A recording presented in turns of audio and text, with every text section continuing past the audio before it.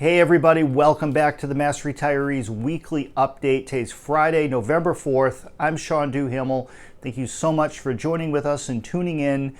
Now, before I get to the important news of the week, which is relative to the local COLA legislation that we've been working on for the past several months, there's some breaking news I want to share with all of you. But before I do that, let me first remind our members, particularly those of you who are living in the Springfield area, that this afternoon on Friday, we will be holding our in-person area meeting in West Springfield at the Sturreton Tavern. The meeting kicks off at 11 a.m. The Sturreton Tavern is on the grounds of the Big E. It's right down the street from our old location. If those of you who may remember, you know that we were holding our area meetings in the Springfield area at the Dante Club. We've decided to relocate to a new facility. It's a little bit larger, and we want to be mindful of the fact that COVID-19 is still with us. So we want to get back to holding these meetings, but we want to do so at locations that offer a little bit more breathing room for everybody. So if you're available, we're looking forward to seeing you today. Again, 11 a.m., Sturreton Tavern, West Springfield. Now, 2 weeks from today, we will be down in the south coast of Massachusetts in Westport at Whites of Westport, which is our traditional meeting location for the south coast. Westport is probably our largest meeting of the year, with the only exception being our annual meeting. So we're looking forward to getting back out there and meeting with our members. Now, in December, we will be holding our final area meeting of 2022. That meeting will take place at the Auburn Elks. Again, 11 a.m. All of our in-person meetings start at 11 a.m. The virtual teletown hall meetings we hold at 1 p.m. That allows our members throughout the country the ability to be able to participate in a meeting in the early afternoon rather than earlier in the morning for just differences in time zones. So we're going to get back out there. We're looking forward to seeing our members face to face. We will be publishing in our January newsletter, which will be in all of your hands by the middle of December. We will be publishing a list of upcoming events here in Massachusetts and perhaps back down in Florida. Again, we're still looking at all of the options that are available and trying to be mindful of COVID and travel and budgets and all of those sorts of things that go into holding these meetings. But we want to get out there as best we can and start interacting with our members while at the same time continuing to hold our teletown hall virtual meetings on a regular basis, most likely every other month going forward. It will really be dependent upon what type of news we have to share. But we want to utilize all of the tools in the toolbox, so to speak, to get out there and engage with our members in a variety of different ways that make sense, not only for us, but for all of you as well. So looking forward to seeing folks this afternoon. If you saw the video, please come up, say hello. We'd love to see you in person and make some new friends as well as reconnect with some old friends along the way. But in terms of the breaking news of the week, we got some really great news yesterday out of the state Senate.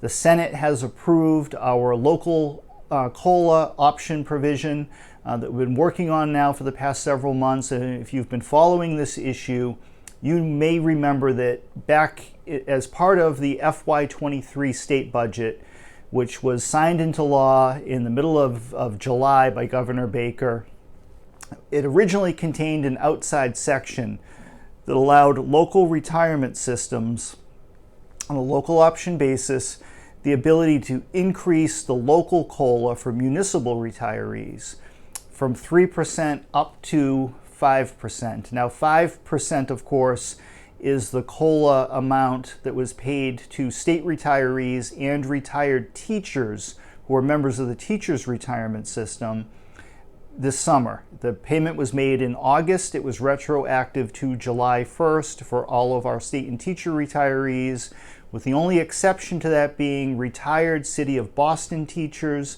are members of the Boston retirement system. Therefore, the Boston retired teachers received the same 3% COLA as all other Boston retirees. But in the City of Boston, the COLA base is $15,000, where at the state level, it still remains at $13,000. And I'll talk a little bit about the COLA base in just a moment. But unfortunately, when it comes to increasing the COLA percentage at the local level from 3 up to 5%, Governor Baker chose to return that outside section to the legislature in July with a proposed amendment. Our original proposal allowed local retirement systems, and there are 102 local retirement systems. Each one of these systems is governed by its own independent 5-member retirement board. And our original proposal had the local retirement board, by a majority vote, gave them the ability to increase the COLA percentage from 3 to 5%. The governor, acting at the behest of the Mass Municipal Association, disagreed with that proposal, and while believing that local retirees should have the opportunity to receive a higher COLA, the governor's belief was that local governments should play a role in the approval process. So the governor's amendment would change it at the local level to a 2-step process. The local retirement board would choose to act to increase the COLA percentage, again from 3% up to 5%. That would be applied to whatever the local COLA base happens to be, which ranges anywhere from a low of $12,000 base up to a high of $18,000. And we do know that we have some systems exploring the possibility of going beyond an $18,000 base, which we certainly welcome. But back to the point at hand, the governor's proposal would have, again, be a 2-step process. The local retirement board would first approve moving forward with a higher COLA percentage, and then it would be up to the local governing authority to also, by a majority vote, approve the higher percentage. Now, once the legislature has approved this amendment, we will publish the details of it and exactly spell out exactly what it entails in terms of municipal approval. And there's different or differing processes depending on the governing authority. So whether it be a city, a town, a county, a regional retirement system, an authority, there's some slight differences in the process and which governing body will have the responsibility of making the determination of whether or not this local law will be adopted and if local retirees will in fact receive a higher COLA. Now the good news is that once this is approved and signed into law by Governor Baker, cities and towns and local retirement systems have all the way to June 30th of 2022 in order to act on this. It would be retroactive all the way back to June 30th of 2023, so this coming June. It will be retroactive back to July 1st of 2022. So hypothetically, even if a system approves the higher benefit this winter or into the spring or even early summer, it would be retroactive all the way back to July 1st of 2022.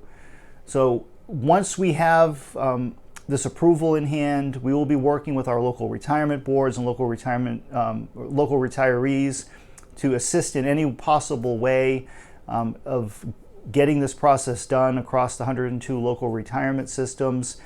There is no secret that inflation continues to be a tremendous burden for our members and for retirees in general. So this type of increase will go a long way toward helping our members make ends meet, and it's so vitally important that local retirement systems continue to share the investment success that has taken place over the past 10, 20, 30 years or more with their local retirees. Now, in that regard, we are very pleased with the progress that has been made this year alone when it comes to the COLA base. As of today, we have at least 35 local retirement systems that have fully approved a higher COLA base in 2022. And this has been a tremendous step forward. Now, in terms of state and teacher retirees, we are now working with the legislature, and we will be working with the incoming gubernatorial administration, which we believe will be Maura Healey and Kim Driscoll. The election, of course, is this coming Tuesday, and I urge all of you to vote, regardless of who you plan on voting for. We urge you to take part in the democratic process here in Massachusetts. If you're a Massachusetts voter, please get out there and vote. But we will be working with the legislature, with the state treasurer, Deb Goldberg, as well as with the new administration to make every effort to include a higher COLA base for state and teacher retirees as part of the Commonwealth's new pension funding schedule, which takes effect July 1st of 2023 for FY24. So that's our focus right now. This is really good news for our members. We're very thankful to those senators who have been working closely with us in urging the Senate leadership to move forward and get this COLA approved so it can be put to work for our local retirees. It's great progress, and we're looking forward to continuing to work on these issues as we enter into the new year. But again, if you are a local retiree, or excuse me, if you're in the Springfield area or the Fall River, New Bedford, Westport, or out in Central Mass in December, if you feel comfortable, we'd love to see you at our area meeting. You're welcome to bring a guest, of course. And it's just going to be great to be back out there again and interact with you personally and one-on-one, and I very much look forward to it. But thank you so much, and we will be back to you again next week with a new update. Bye, everybody.